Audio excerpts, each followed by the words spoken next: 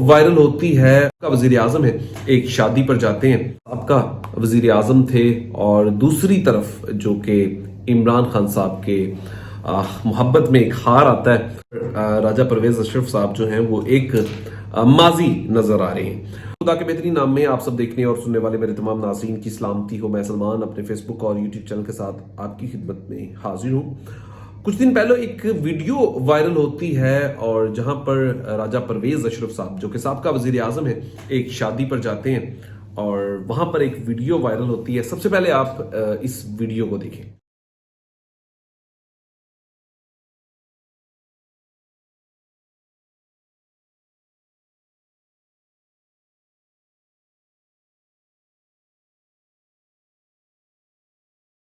آپ نے اس ویڈیو کو دیکھا، اس ویڈیو میں دیکھا جا سکتا ہے کہ ایک جگہ پر دو سابقہ وزیر اعظم آپ کہہ سکتے ہیں، ان کی محبت کا آپ اندازہ لگا سکتے ہیں۔ ایک طرف راجہ پرویز اشرف صاحب جو کہ پاکستان پیپلز پارٹی کے سابقہ وزیر اعظم تھے، اور دوسری طرف جو کہ عمران خان صاحب کے محبت میں ایک ہار آتا ہے، اور آپ اس صرف ہار کا اور اس تصویر کی جو لگائی گئی ایک چیز ہے، اور جب گلے میں ڈالا گیا تو دیکھ سکتے ہیں کہ وہاں پر راجہ پرویز اشرف صاحب جو ہیں وہ ایک ماضی نظر آ رہے ہیں۔ اب سمجھنا ہوگا، یہ بات میں ہر بار اس لیے کرتا ہوں کہ دیکھیں کہ محبت جو لوگوں کے دلوں میں اس وقت عمران خان صاحب کے لیے بن چکی ہے نا، اس کی دو وجہ ہے۔ ایک تو وہ اپنے موقف سے ابھی تک پیچھے نہیں ہٹے، اور دوسری جو سب سے بڑی وجہ ہے نا، کہ ان کی سیاست جو تھی وہ آپ یہ کہہ سکتے ہیں کہ وراثتی عمل نہیں تھا، اور اگر انہوں نے ماضی میں کچھ غلطیاں کی تو انہوں نے اعتراف بھی کیا کہ مجھے اس رستے سے سیاست میں نہیں آنا چاہیے تھا، بلکہ مجھے اس وقت الیکشن میں بھی چلا جانا چاہیے تھا۔ تو اس حوالے سے حامد امیر صاحب جو کہ ان کے بڑے سخت مخالف تھے، مطیع اللہ چاند جو کبھی ان کے بڑے سخت مخالف تھے، اسد طور صاحب جو کہ کبھی ان کے بڑے سخت مخالف تھے، جاوید چودھری صاحب جو کہ ان کے بڑے سخت ترین کالم نگار مخالف تھے، لیکن وہ تمام لوگ بھی آج اس بات پر ایگری ہو چکے ہیں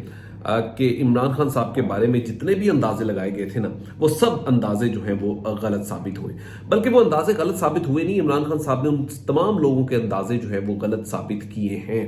اور جس طریقے سے پاکستان مسلم لیگ نون کے بڑے رہنما یہ کہتے تھے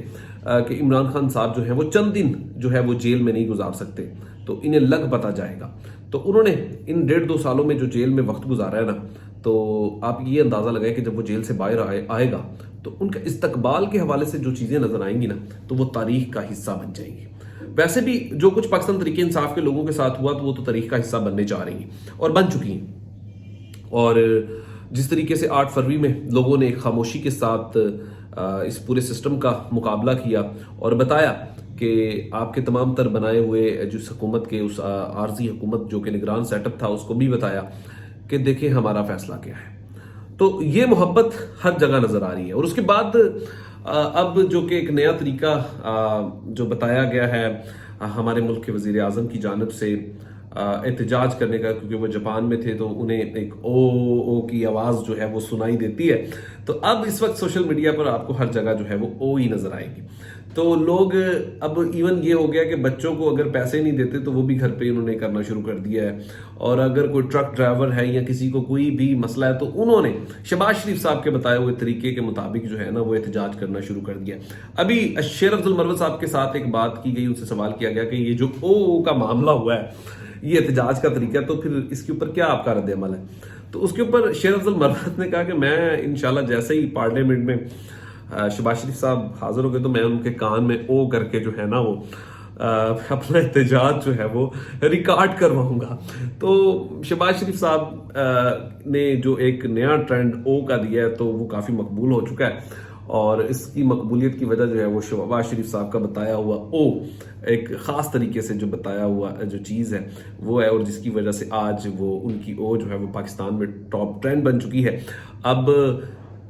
بچہ، چھوٹا، بڑا، مرد، عورت، کوئی بھی ہے، سب نے شہباز شریف صاحب کی بات پہ عمل کیا، اور یہ پاکستان کی تاریخ میں پہلی دفعہ